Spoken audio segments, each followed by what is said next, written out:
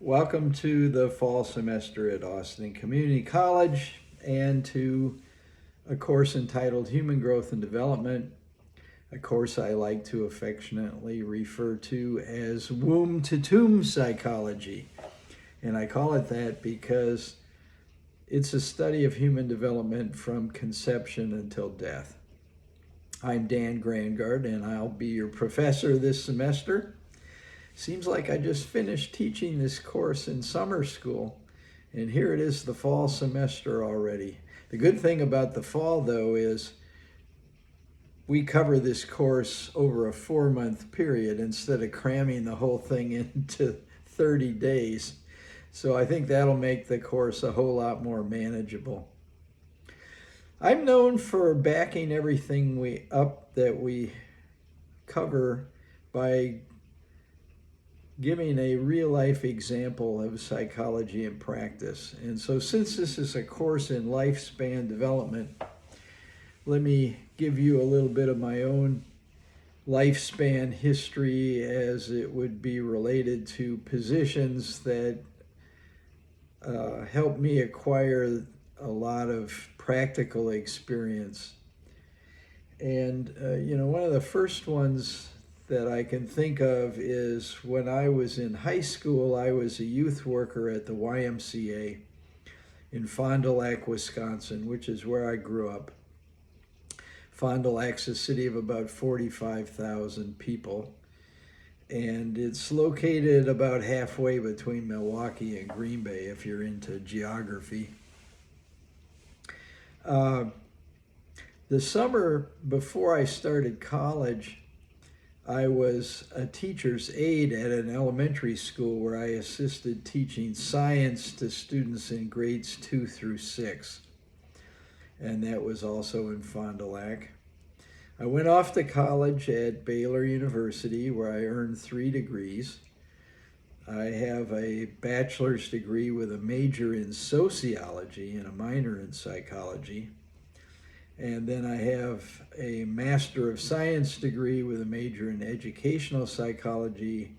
And then I have a doctorate with a major in educational psychology and a minor in elementary education.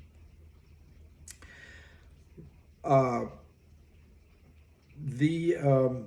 summer between my freshman and sophomore years at Baylor, I went back to Fond du Lac and I had a job as a playground director. Scattered throughout the city of Fond du Lac are playgrounds with organized play activities. Some are at parks, some are at school grounds. And it just so happened the one I was assigned to was perhaps the most popular one. I remember one day we actually determined that there were as many as 600 children and adolescents on the playground. So it was a busy place. We would compete against other playgrounds in track and softball and things like that. We had handicraft for the kids, et cetera, et cetera. So, they were open from 9 in the morning till 9 at night. Can you think of a better job? But they actually paid me to play with kids from 9 in the morning till 9 at night. You get time off for lunch and dinner, but it was a great job. In fact, some weekends I even volunteered to work overtime and lead play activities for various corporations that were having their company picnic. So had a good time doing that. One semester at Baylor as an undergraduate, I signed up for a social work course doing community volunteer work. You earn credits for doing community volunteer work, and I ended up volunteering to be the physical education teacher for an entire school that was nothing but kindergarten kids. This is back in the days when kindergarten in Texas was only for low-income children. So, I'd go there a couple of afternoons a week and lead them in play activities. And then I guess they really liked what I did, because then the Waco Independent School District hired me to continue doing that the following summer. So I've had a lot of experience working with kids as a physical education teacher and a playground director and things like that. While I was working on my master's degree at Baylor, I landed a graduate assistantship where I was the graduate assistant to the head of the early childhood program at Baylor. And I assisted her in teaching educational psychology courses geared towards kindergarten teachers. And then, while I was working on my doctorate at Baylor, I landed a teaching fellowship where I taught an undergraduate course in educational psychology for elementary teachers. And then, because I had all this experience with young kids, I also taught a student teaching seminar for kindergarten student teachers. And then I supervised kindergarten student teachers out in the classroom. In fact, over a 2.5-year period, I supervised over 200 kindergarten student teachers. So I did that. My first real position as a psychologist after graduating was I was a school psychologist for the Education Service Center Region 12 in Waco, the only doctoral level school psychologist serving 81 school districts in 12 counties, if you can imagine. I'd get up in the morning and drive 60 or 70 miles out to some little town and give some IQ tests, test kids for learning disabilities, things like that. That wasn't my idea of being a psychologist. And going back one summer at Baylor, I shared an apartment with a guy from Austin, and one weekend we were out of food and out of money, and he said, this would be a good weekend to go visit my parents. And so we came down here to Austin, and I immediately fell in love with Austin. I said, boy, that's where I'd like to live someday. And so I managed to eventually land a position as a school psychologist for the Austin Independent School District. Typically, I was assigned to work at 3 or 4 school buildings. Many of the years, for example, I'd have an elementary school and a middle school and a high school that I would go to. High school wise, I spent 2 years as a school psychologist at LBJ High School over in East Austin, and I spent 5 years as the school psychologist at Austin High. The only school I survived at the whole 8 years was Oak Hill Elementary. I always like to say I survived 3 different principals. They were constantly moving us around to different schools for one reason or another. And principals tend to rule their buildings. So I'm proud of myself for surviving 3 different ones at Oak Hill. Also, while I was a school psychologist for AISD, I supervised school psychology interns from Texas State University down in San Marcos and from the University of Texas at Austin. Well, all psychologists reach a point where they say, I want to do things my way. And so they decide to start a private practice. And so I started a private practice in the evenings. I had a good friend who was a gynecologist, obstetrician, who let me use his office rent-free in the evenings. So I started a private practice in psychology in a gynecology office. And there are a lot of funny stories I could tell about experiences that created. And I did that for a number of years.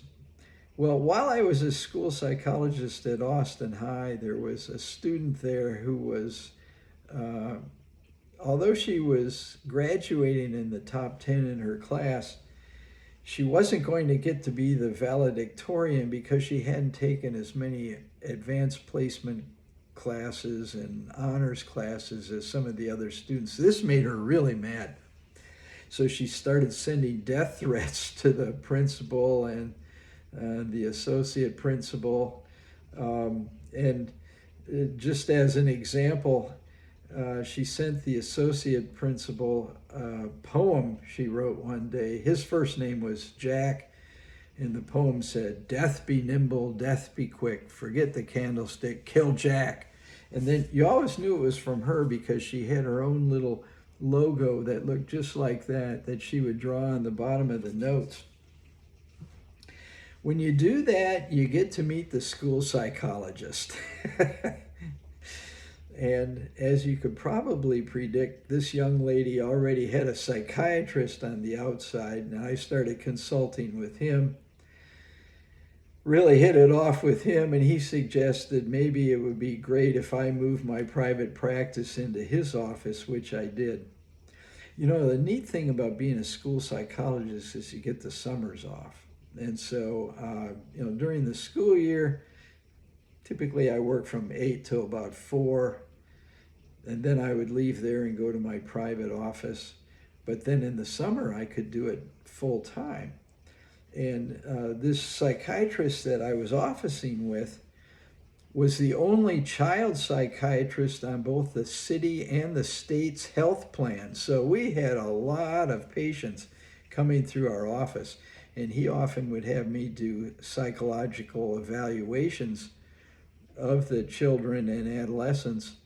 And inevitably, if I hit it off with the patient, he'd say, "Why don't you go ahead and do the therapy too?" A lot of psychiatrists are more into prescribing medications than they are into doing psychotherapy. So suddenly I was extremely busy. Our office was in Medical Science Center over on 38th Street. And this psychiatrist helped me gain clinical privileges at all the psychiatric hospitals in town. So suddenly I was doing a lot of work in hospitals, and I was so busy that,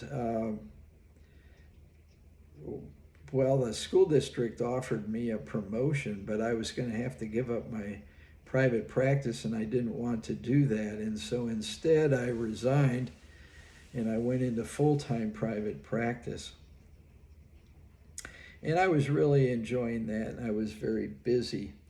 The psychiatrist that I was officing with eventually decided to move to Dallas. He loved being a psychiatrist, but he hated dealing with insurance companies and managed healthcare and stuff like that. And so he had an opportunity to go to Dallas and be the chief psychiatrist of an adolescent unit at a psychiatric hospital. And so he did that. He tried to get me to come with him, but I didn't want to leave Austin. And so, I remained in private practice for a little while. And then a large psychiatric clinic in Dallas opened a satellite clinic in Austin, and I ended up merging my private practice with that large clinic. I became their chief psychologist, their director of testing, and their director of intern training. We actually established a nationally recognized clinical internship at the clinic. The clinic was so big that we had our own day hospital. We had our own 20-bed inpatient unit at Shoal Creek Hospital.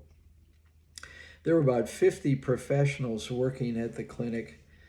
about a half dozen psychiatrists, similar number of psychologists. There were clinical social workers, licensed professional counselors, nurses, physicians' assistants. It was a huge operation. And a couple of the psychiatrists were child psychiatrists, but there was one who was focused his work with geriatrics. And so, I found myself doing things like dementia evaluations of senior citizens who were in the hospital. And so, I was really covering the lifespan in terms of psychological testing and therapy. In fact, for 7 years, I led inpatient psychotherapy at Shoal Creek Hospital and also at Charter Hospital on the weekends. So, I gained a lot of experience doing therapy in the hospital. The clinic eventually was taken over by a chain of clinics that had their headquarters in California. It was bought out by them, and they ended up closing the Austin clinic, which had been losing money because of managed health care. I ended up going back into private practice. I opened an office out in Westlake Hills, close to Westlake High School, and went back into full-time private practice. After a couple of years, though, an opportunity came along to teach classes here at ACC. On a half-time basis. So I was teaching like 3 classes a semester, and then I was doing my private practice the rest of the time. But after a year or so of that, an opportunity came along to also teach courses at St. Edward's University. And I remember one semester I was teaching like 3 classes at ACC and 4 at St. Ed's, and I hardly had time left to do my private practice. In fact, it got to where I only did my practice on Fridays. And and then an opportunity came along to work at ACC full-time, half-time counseling and advising students in student accessibility services, and then half-time teaching. And so I closed my private practice and I started working here at ACC full-time. And I quit teaching at St. Ed's. So that's kind of a look at my career from a developmental perspective. And I've been at ACC now. This is like my 28th year, so I've really enjoyed what I'm doing here.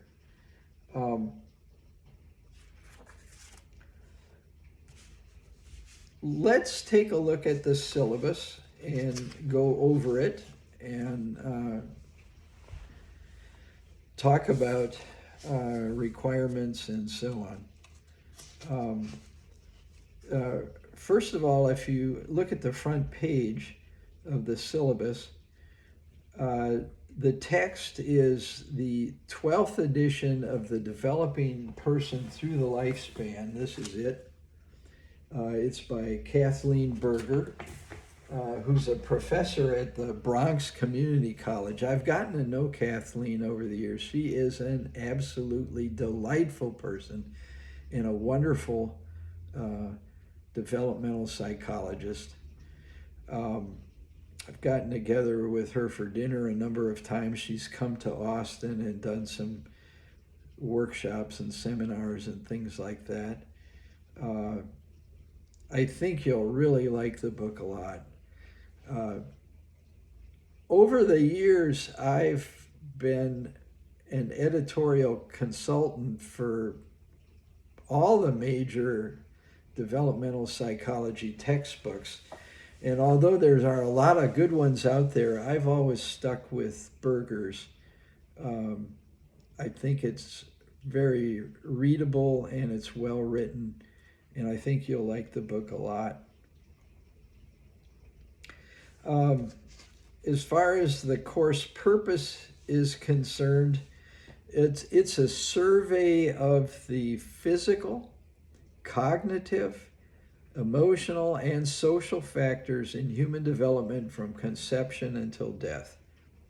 There will be an emphasis on understanding people at various ages of development in order to be more patient with them and to interact with them more effectively. How many of you have children? If you have children, you probably understand kids a lot better than people that don't have kids. When you're in the line in the grocery store and the kid's throwing a conniption fit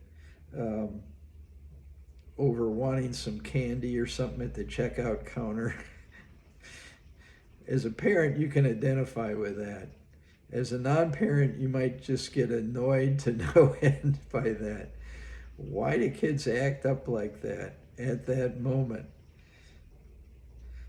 Or maybe you have an aging parent or grandparent, where the last time you talked to them on the phone, about 10 minutes into the conversation, they started talking about something they've already talked about. Why is that? Well, this course will help you understand people at different stages of life in order to work with them more effectively and understand them.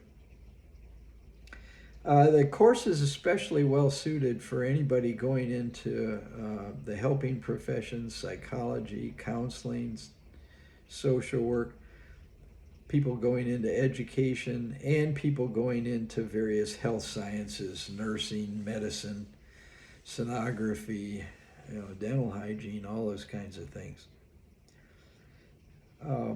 Really, it's a great course for anyone who would like to better understand people who might be at a different stage in life than they are. Okay. As far as the course requirements are concerned, number one, read the textbook and try and maintain the pace that I've set up in the syllabus. If you look at pages 4 and 5 of the course syllabus, I've set this course up, although it's just an open-ended course, I've set it up as if it's a Tuesday, Thursday class. And I highly recommend, if you can, maintain the pace that I've set up here in the course syllabus so that you don't get behind. With online classes, it's easy to get behind if you don't maintain your pace, like you might be forced to do in the classroom. And so notice, the first Tuesday in the semester is when I've put down to look at the course syllabus and watch this orientation video. But then on Thursday, I said, begin the study of human development. And what I would suggest is, on this outline, I've got corresponding chapters of the textbook that support the topics that are studied in depth on Blackboard. The theories of development is one of the first things that we'll take a look at, and the chapters that you should study before studying those links on Blackboard would be, the first 2 chapters in the textbook.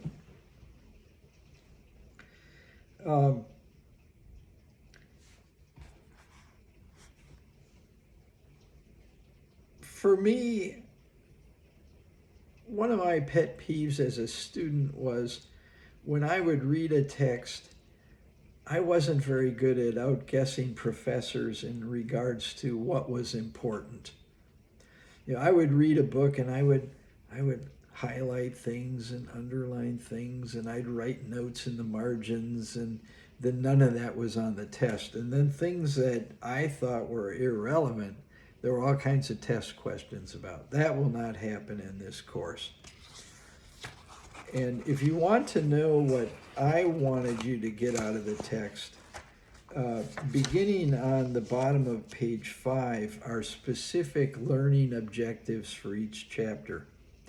And so what I would suggest you do is before you read a chapter, read over the learning objectives for that chapter.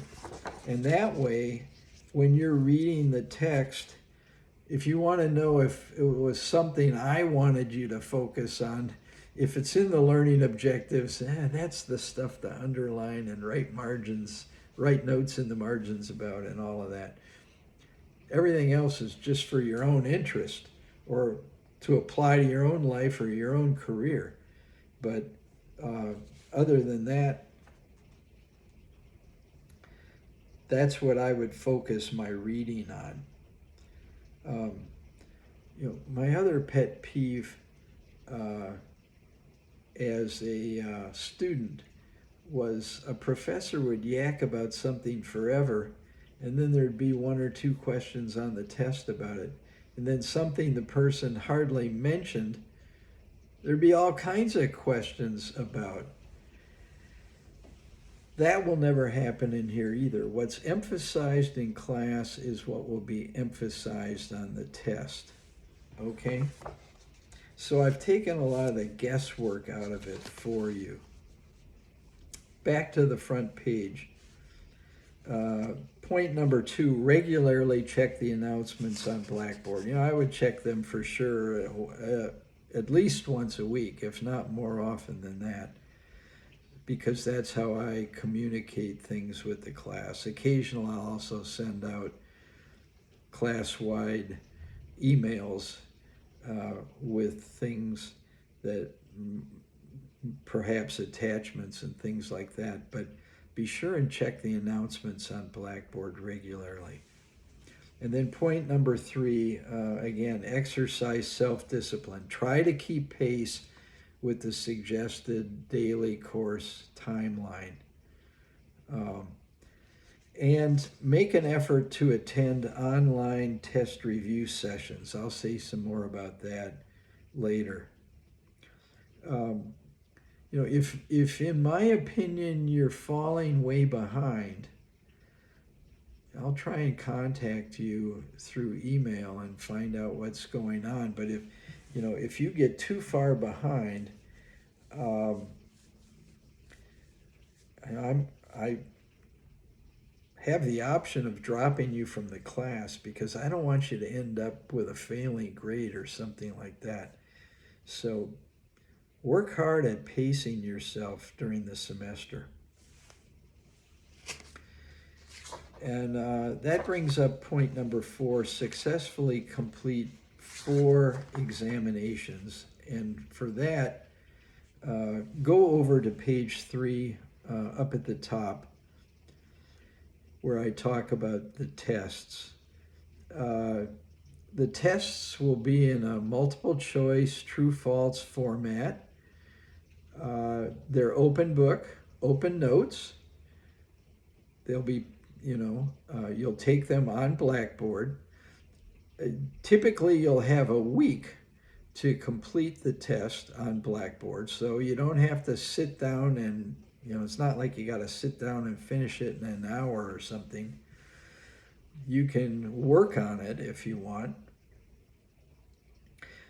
Personally, I would suggest you be able to just sit down and take it and finish it in one sitting so that you don't get behind.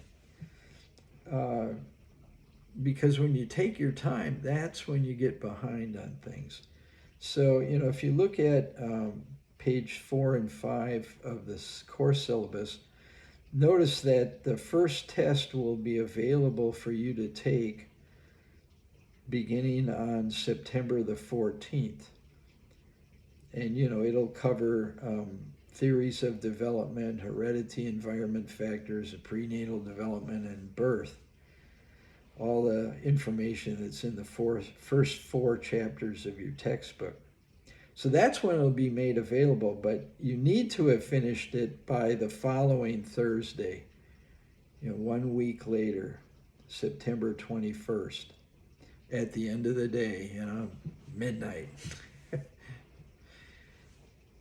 Test 2 will be made available on Tuesday, October the 10th, and it needs to be finished by the following Tuesday, October 17th. And then test 3 will be available on November 14th, and it needs to be finished by the following Tuesday, November 21st. And then the last test will be available on Thursday, December the 7th. You have a little less than a week, though, to finish that one, because you need to finish it by the end of the semester, which is that following Sunday, December the 10th. Okay? Now, there's no reason to fear the tests or not do well on the tests for a number of reasons.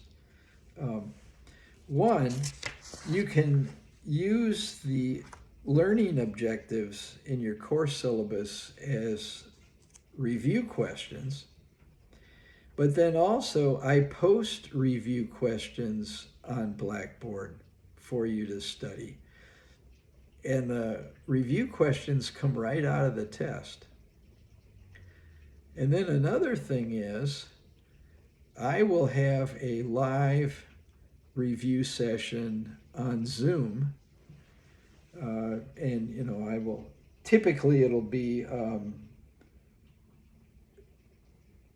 day or two before the test is made available. So, if, for example, test 1's made available Thursday, September 14th, and probably the Tuesday right before that, September the 12th, I will have a review session on Zoom. I usually schedule those at night. I assume that a lot of people taking independent study courses like this one are working all day, or they're tied up with coursework all day or something.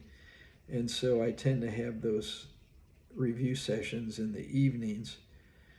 They're recorded, so if you can't make it, you can always watch the recording of it. But the advantage of being there when it's done live is you can actually ask some questions.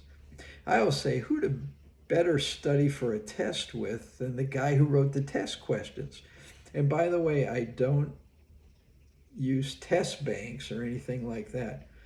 I've actually written a lot of the questions in test banks for a number of textbook authors. And I had about a half a dozen courses in test construction during graduate school. So, I'm really into that sort of thing. Don't think, however, though, since it's multiple choice and true false and you get open notes and open book, that you can skip studying all the material and just look up the answers. It won't work. I'll tell you why it won't work. There's a thing called Bloom's taxonomy for writing test questions and learning objectives, for that matter. And let's just talk about the first 3 levels of Bloom's taxonomy. Level 1 would be a level 1 test question would be a knowledge level question. It might be a fact or a definition or something like that. A comprehension level question would be, can you pick out an example of something? And then an application level question would be, can you take what you've learned and make a prediction? Most of my test questions are at the comprehension and application level. So, it's not just an answer you can look up. So, you need to study all the material. Of course, you can go back and re-watch or listen to lectures and things like that. But nevertheless, don't think you can just look up an answer and that it'll be that easy. I'm interested in you being able to apply what you're learning. Okay, so that's some things about the tests. Each test will also have a bonus essay question. Typically, there will be a couple of bonus questions, and you can pick whichever one you want to write about. This is an optional thing. You certainly don't have to do a bonus essay question. Some people like essay questions, some people hate them. But if you choose to do the bonus essay question, you can earn up to 5 extra points added onto your score. When you finish the objective part of the test, Blackboard will immediately score the test and tell you what your score is. You won't see what you missed, however, until the due date of the test, when everybody else in the class has taken the test. Then you'll be able to get on Blackboard and see specifically what you missed and what the right answer was.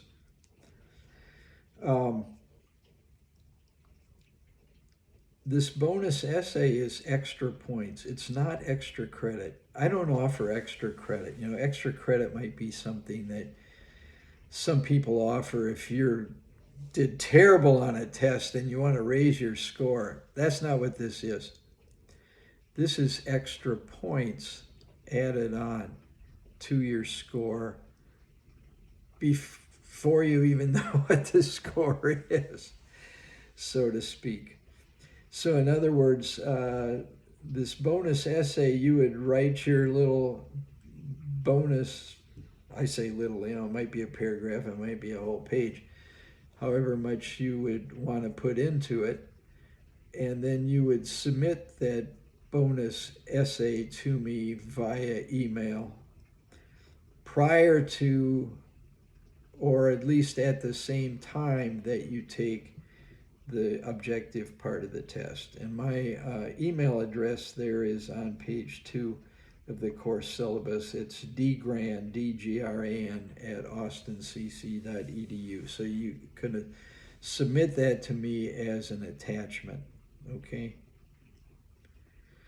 After everybody has finished the test, then I will post class statistics for the test on Blackboard, and so then you can compare your score to how everybody else did.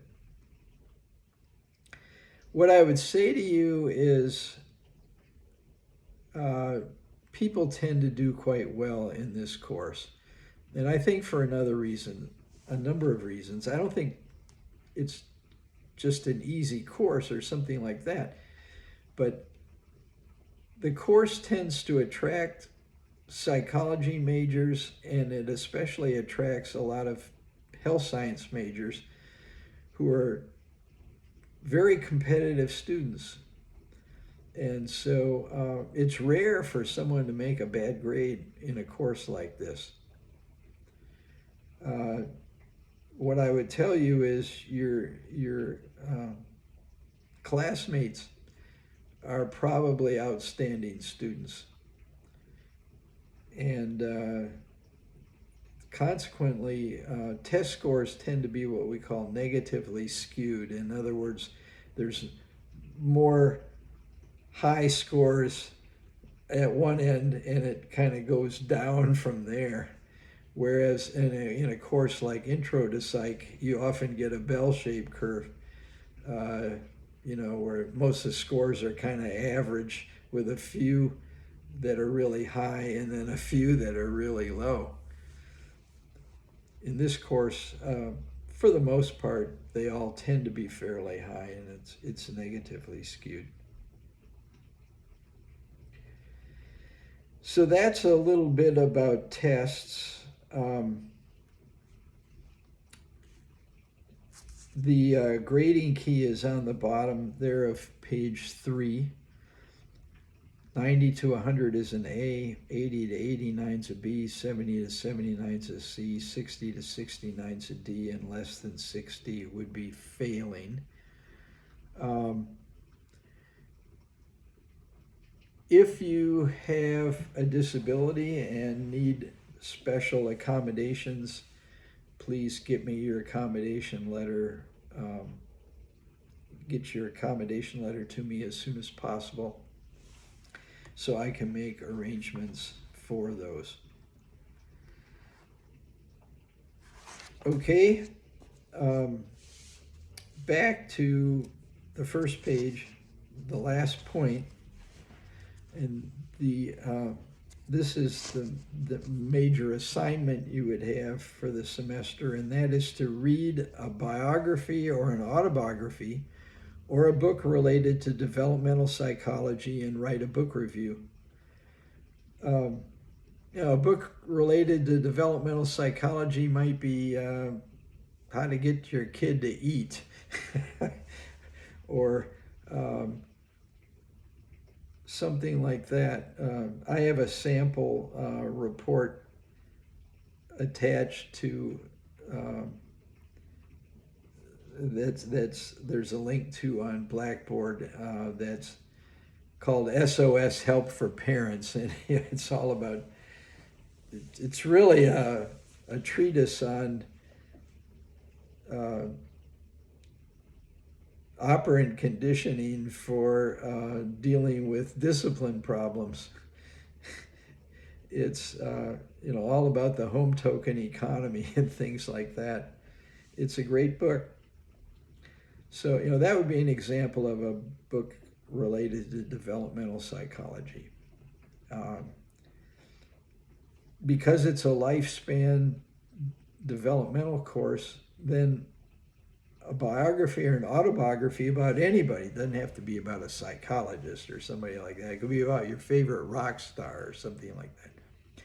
Personally, I love reading biographies and autobiographies because it's a story of someone's life, and you could write a book report on that. If you choose to write a report about a developmental psychology related book, then your book report should just be a single page, single spaced, typed. You can go down to about size 8 font or maybe even 7. I'll still be able to read it just fine. You can play with the margins, but try and get it into one page. And what it'll consist of is a bibliographical entry, the author's name, the year the book was published, the title of the book, and then the name of the publisher, and then a section on information about the author. I want to know, how did the author become an authority on this topic? Where did they get their training? Where have they worked? I couldn't care less about all the other book titles they've written. I couldn't care less if they've ever been on a television talk show. Being an expert gets you on the talk show. Being on the talk show doesn't make you an expert. How did they become an expert on this topic? And then a section about the thesis. What are the main points of the book? And then finally, an evaluation section. And by that I mean, how did the author support or fail to support the main points? Did they list a bunch of research studies that have been done on the topic? Did they make reference to those? Do they give case examples of clients they've worked with? Do they cite research studies that have been done?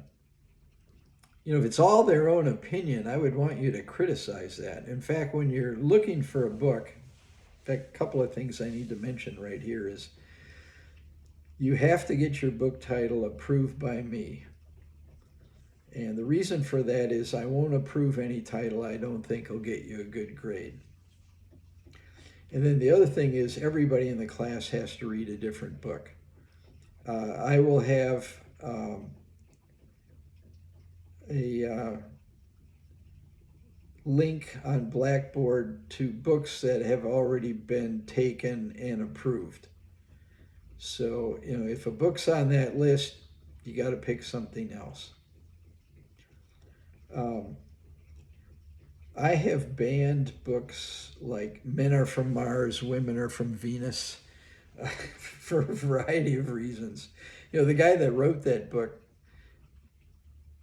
is, he's got a mail order doctorate from somewhere in Canada that has since been shut down. And it's all just based on his own opinion. He doesn't give anybody credit for his ideas or anything. He's laughing all the way to the bank, but I want you to read something that's more scholarly than that. For example, if you wanted to read a book that's good, has got with an author that has good credentials, that wants to talk about differences about men and women, read like The Male Brain or The Female Brain by Lou Ann Brisendine. She's like a medical professor, I want to say at Stanford. And it's a relatively small paperback book, and yet half of the book is a list of references. Any book that doesn't have a list of references and it's a developmental psychology related book, don't pick it. I'm very leery of those kinds of books. So I want a book that's well documented. If you choose to do a biography or an autobiography, make sure it's of the person's entire lifespan, at least up to where they are in life today, if they're still living, from birth to where they are today. Steer clear of memoirs that might only cover a 10-year period or something like that. But rather find books that cover the whole lifespan of the person. If you look at page 4, the middle of the page, it talks some more about the biography type of book for a report. And that report can be up to 2 pages in length, single space typed. And it'll have a bibliographic entry again with the author's name, the year the book was written, the title of the book, the name of the publisher. But then other sections include one where you highlight the person's life or career accomplishments, and then a section where you discuss their life setbacks and challenges. Anybody that's anybody has had lots of problems arise in their life. Who would want to read a book about, I was born, everything went perfect, and I just had this lovely life? Nobody has a life like that. And if they did, you wouldn't want to read their book. You go, I can't relate to this. So, talk about their setbacks and challenges. And then a section where lessons conveyed to you by the by the person's testimony. And then another section of your favorite snapshot of the person's life. And then I want you to do an ecological analysis that's based on Bronfenbrenner's model, which we'll be getting into on the first set of topics that we study here in the course. And then finally, your evaluation of the book. There are links on Blackboard to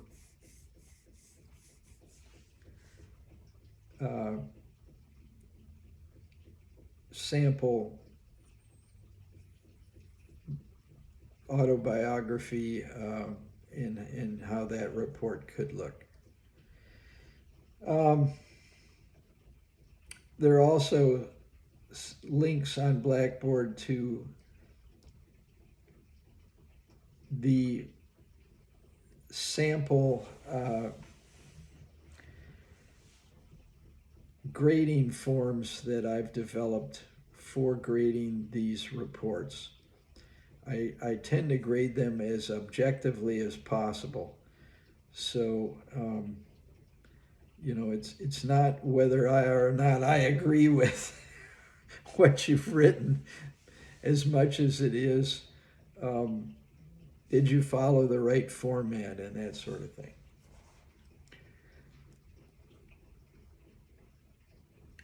Maybe you're lucky and over the summer you read a good biography or autobiography or a great book related to developmental psychology. In that case, all you got to do is, of course, get the title approved by me, but then write it up. So the book report counts the same in your grade as a test. So if your test average is lower than you want it, this is a good way to boost it up. And if your test average is already fantastic, this is a good way to keep it there.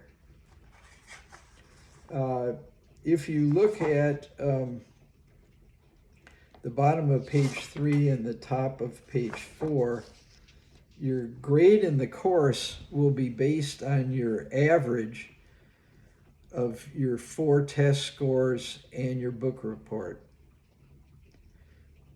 So each test counts 20% of your grade and the book report counts 20% of your grade. If you're missing a grade by the end of the semester, your final course grade will drop 1 letter for each grade that's missing or score that's missing. So, and I've seen students that had an A test average,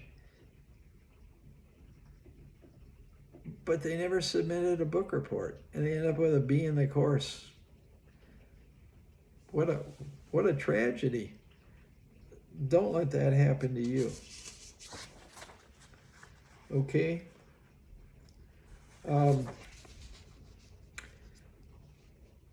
Few more things here that we should address, and one is on page 3.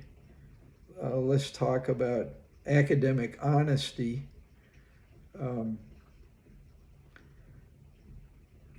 When you're writing a report or something like that, you can quote other people to your heart's content, but you need to put quotation marks around it and cite where that information came from. By not doing that, that's what's called plagiarism. Trying to pass somebody else's words off as your own. And, that's a big thing not to do in academic circles. Over the last 25 years, I've had an occasional student who bought a book report online And it's always a dead giveaway when it's in the wrong format, when it doesn't address the things it's supposed to address. I remember one time this one guy submitted this report. I knew he didn't write it, so I called him into my office and I said, I need to talk to you about your book report. You didn't write this. And he goes, oh yeah, I did. Oh yeah, it's all my own words. I said, well, here, I got my computer on. Let me show you where I found your report online, word for word. And he was like, yeah, okay, yeah, no, I didn't write it. I said to him, how much did you pay for this report? He said $30. I said, well, it's a C report. For $30, you should have at least bought an A report. And now that I know you bought it, it's an F report. Please don't do anything so foolishly. And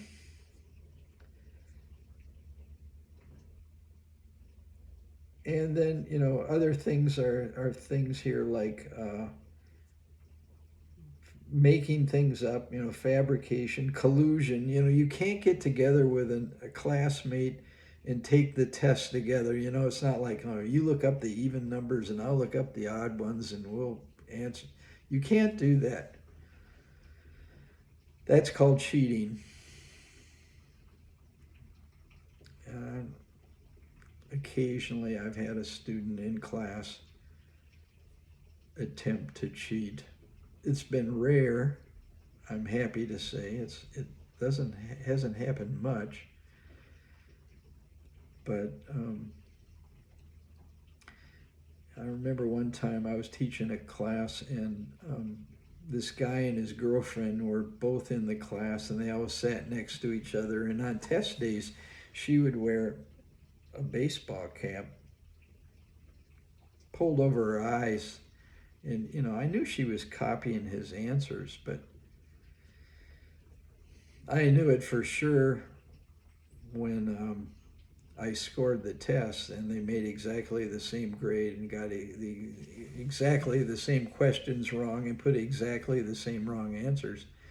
So, they got in a lot of trouble. They failed that exam. Please don't do anything so foolish as to try to get together with somebody else and take an exam or something like that. People don't tend to cheat in this course.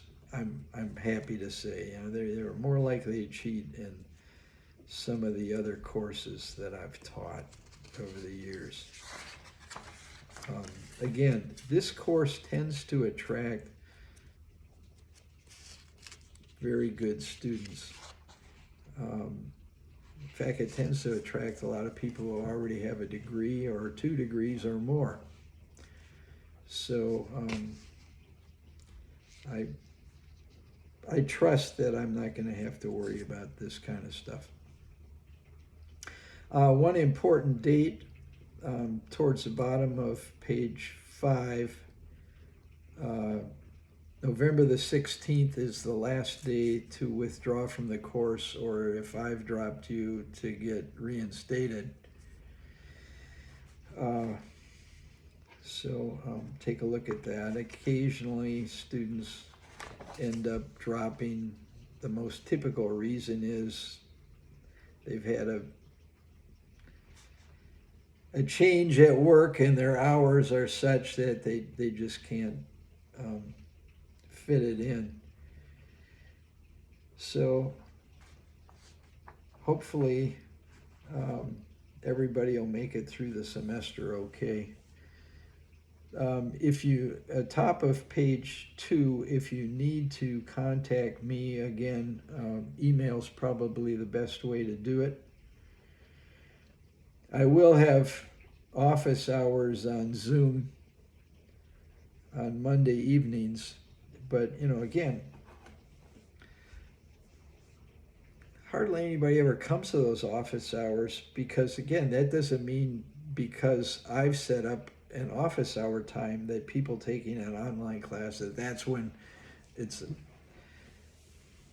convenient for them to talk about questions that they have and things like that. So feel free to shoot me an email and set up a specific time when we can get together via Zoom and have your questions answered and so on. Okay. Bottom of page 2, just a little bit more about my teaching philosophy. I like to have a good time. I feel like if I'm not having fun, nobody else is. In fact, when I was talking about my background, something else that I've done over the years is I've been a Little League baseball coach. When my son was growing up, I coached his Little League teams, and this past winter I coached my grandson. I have twin grandsons, and I coached their basketball team. And practice after school. Games were on Saturdays, but practice after school. Sometimes by the time they came to practice, their attention span was gone. And I'm embarrassed to say, but one night I just blew my top and I said, I was trying to give them a pep talk and nobody was paying attention to me. And I'm like, hey, this is supposed to be fun, and I'm not having fun when nobody pays attention to me. I feel like if I'm not having fun, then students aren't having fun either. And so I like to have a good time, whether I'm coaching or teaching. In fact, coaching is teaching if you get right down to it. I like to infuse lectures with real-life examples of psychology in practice. I like to maximize use of media to illustrate main points of discussion. You'll discover that links on Blackboard, some are to PowerPoint slides, and then there are links to accompanying audio recordings of the audio lectures to go along with the PowerPoint slides, some video clips, links to video clips on YouTube and things like that, links to handouts. It's not just all the same thing. I like to use a lot of different types of media.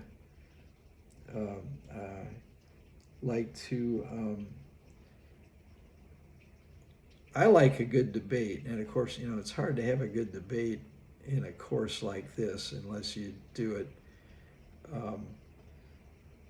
just with comments on Blackboard. But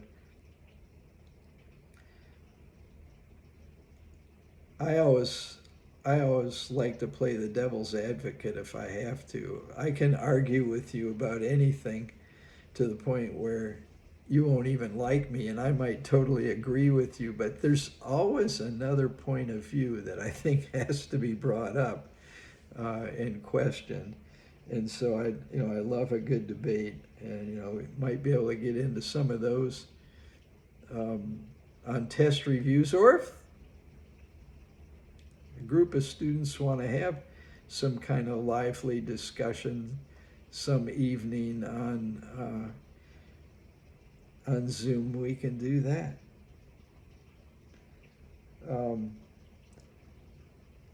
Like to make the material relevant to your vocational and your personal aspirations. And to identify how psychology permeates virtually every aspect of our lives, and to ignite in you an appreciation for research. Psychology is a profession and a science, but the profession of psychology would have no credibility if it were not for the science backing it up. So, I like to emphasize research. Well, I do believe I've covered everything I want to, but here's what my first assignment for you is to do ASAP, and that is shoot me an email and tell me a little bit about yourself. This is how the administration insists that I document that people have been coming to class, and the one sure way I can do that is by saying you're communicating with me via email. And so as soon as you can, shoot me an email and tell me a little bit about yourself. Where you're from, where you grew up, what your major is, what your career goals are, what do you like to do for fun. Tell me a little bit about yourself. I actually had a student this summer make me a video just like this one, and she sent me the video, and that was especially fun to watch. So get in touch with me as soon as possible and let me know a little bit about yourself. Okay? I look forward to working with you this semester.